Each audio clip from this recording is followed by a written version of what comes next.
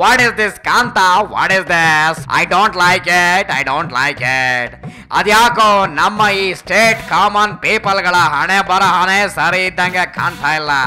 ವಾಟಡು ಕಾಂತ ವಾಟಡ. 4 years ಇಂದ ಕಮಲ party ಅವರು ಸಿಕ್ಕಾಪಟ್ಟೆ ಫೈಟ್ ಮಾಡಿ ಜನರನ್ನೆಲ್ಲ ವಿಲವಿಲ ಅನ್ನೋ ಹಾಗೆ ಮಾಡಿದ್ರು. ಸೊ ಮುಂದೆ ಬರೋ ಎಲೆಕ್ಷನ್ ನಲ್ಲಿ ಕಮಲ ಪಕ್ಷಕ್ಕೆ ಕೈ ಕೊಟ್ಟು ಕೈ ಪಾರ್ಟಿಗೆ ಜೈ ಅನ್ನೋಣ ಅಂತ ನಮ್ಮ ಸ್ಟೇಟ್ ಜನರು ಐಡಿಯಾ ಮಾಡಿದ್ರೆ ಇವಾಗ ಅವರಲ್ಲೇ ಮುಸುಕಿನ ಗುದ್ದಾಟ ಶುರುವಾಯ್ತಲ್ಲ Kantha Chai.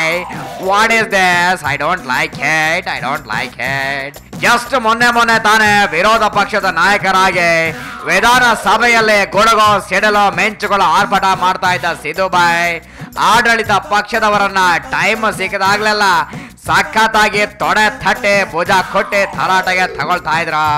But what is this? ಇವಾಗ ಅವರೇ ಆಪೋಸಿಷನ್ ಲೀಡರ್ ಹುದ್ದೆಗೆ ರಿಸೈನ್ ಮಾಡಿದಾರಲ್ಲ ಕಾಂತ, ಏನಿದ? ಕೈ ಪಾರ್ಟಿಯಲ್ಲೂ ಒಳ ಜಗಳ ಶುರುವಾಯ್ತಲ್ಲ. I don't like it, I don't like it. Okay ಬಾ ಕಾಂತ, ಇವಾಗ ಸಿದ್ದು ಭಯ್ಯ ಯಾಕೆ ರಿಸೈನ್ ಮಾಡಿದ್ರು, ಅವರು ರಿಸೈನ್ ಮಾಡಿದಕ್ಕೆ ಯಾರ್ಯಾರು ಏನೇನು ಹೇಳಿದ್ರು ಅಂತ ಕೇಳ್ಕೊಂಡ್ ಬರೋಣ ನಮ್ಮ ಸಿಟಿ ರೌಂಡ್ಸ್ ಅಲ್ಲಿ. ನಡಿ ಹತ್ತು ಬೇಗ ಗಾಡಿ. ಏನ್ ಸಮಾಚಾರ ರೀ, ಎಲ್ರೂ ಹೇಗಿದ್ದೀರಿ? ನಮ್ದೇನು ಇಲ್ಲ ರೀ, ಎಲ್ಲ ನಿಮ್ದೇ ರೀ.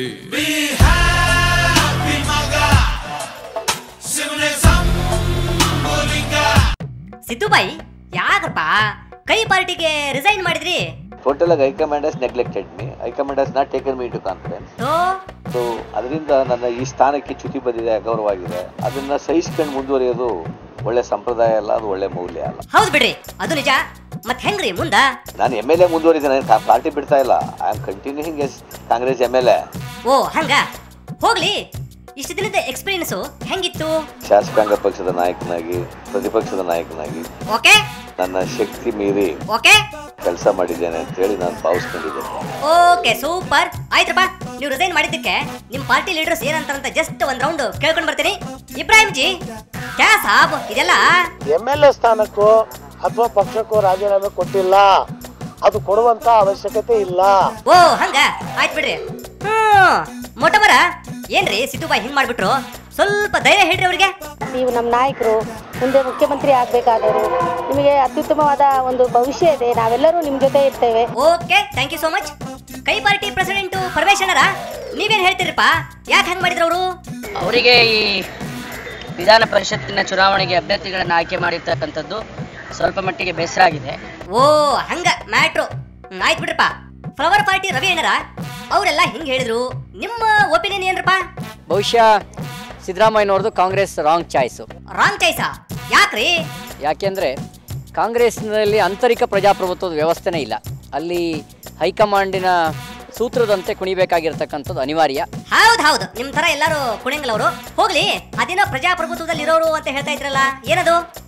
ಬಹುಶಃ ಯಾರು ಪ್ರಜಾಪ್ರಭುತ್ವ ವ್ಯವಸ್ಥೆಯನ್ನು ಒಪ್ಕೊಳ್ಬೇಕು ಅಂತ ಬಯಸ್ತಾರೆ ಅವರು ಕಾಂಗ್ರೆಸ್ಸನ್ನ ಒಪ್ಕೊಳ್ಳೋಕೆ ಸಾಧ್ಯ ಇಲ್ಲ. ಓ ಹಂಗ? ಹೌದು, ಅಕಸ್ಮಾತ್ ಅವ್ರು ನಿಮ್ಮ ಪಾರ್ಟಿಗೆ ಬಂದ್ರೆ ಸೇರಿಸ್ಕೊಂತೀರಲ್ಲ ಅವ್ರನ್ನ? ನೋಡಿ, ನಮಗೆ ನಮ್ಮ ಪಕ್ಷದ ವಿಚಾರವನ್ನು ಒಪ್ಕೊಂಡು ಬರುವಂತ ಯಾರನ್ನೂ ನಾವು ನಿರಾಕರಿಸೋದಿಲ್ಲ. ಆದ್ರೆ ಇಷ್ಟು ಬೇಗ ಅವ್ರು ಬಂದ್ಬಿಡ್ತಾರೆ ಅಂತ ನಾನು ಹೇಳಕ್ ನಾನು ಸಿದ್ಧ ಇಲ್ಲ. ಓ ಸೇಮ್ ಸಾಹೇಬ್ರೆ, ಏನ್ರಿ ಮೊನ್ನೆ ಸೈಕಲ್ ತುಳಿದ್ರಂತೆ? ಇಲ್ಲ, ಏನಿಲ್ಲ.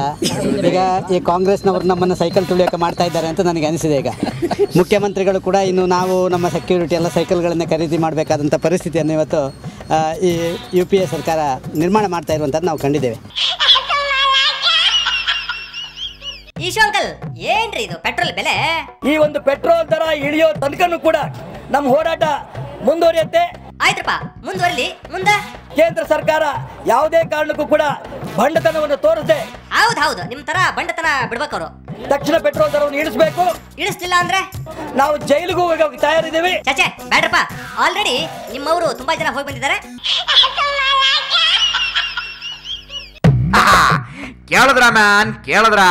ಓಕೆ, ಇವರು ಹೇಳಿದ್ದನ್ನ ನಾನು ನಿಮಗೆ ಹೇಳೋದೆ ನನ್ನ ಧರ್ಮ, ನನ್ನ ಕರ್ತವ್ಯ. ವಾಟಾಡ ನೀವು ಅದನ್ನ ಆರಾಮಾಗಿ ಕೇಳಿಸ್ಕೊಂಡು ನಕ್ಬಿಟ್ಟು ಮತ್ತೆ ಇನ್ನೊಂದು ಕಿವಿಲ್ ಬಿಟ್ಬಿಡೋದು ನಿಮ್ಮ ಧರ್ಮ. ಹೆಂಗೆ ಕಾಂತ ನಾನು ಹೇಳಿದ್ದು ಸಖತ್ ಪಂಚಿಂಗ್ ಅಲ್ವಾ? ಓಕೆ ಬಾ, ಇವಾಗ ಇಲ್ಲಿ ನಮಗೆ ಟೈಮ್ ಆಗೋಗಿದೆ. ಇವಾಗ ಚಿಕ್ಕಬಳ್ಳಾಪುರ ಇರೋ ಚೊಕ್ಕಳ್ಳಿಗೆ ಹೋಗಿ ಸಖತ್ ಆಗಿರೋ ಚಿಕನ್ ಕಬಾಬ್ ತಿನ್ಕೊಂಬರೋಣ. ಸಖತ್ ಆಗಿರುತ್ತೆ. ನಡೆ ಕಾಂತ ನಡೆ, ಹತ್ತು ಬೇಗ ಗಾಡೆ.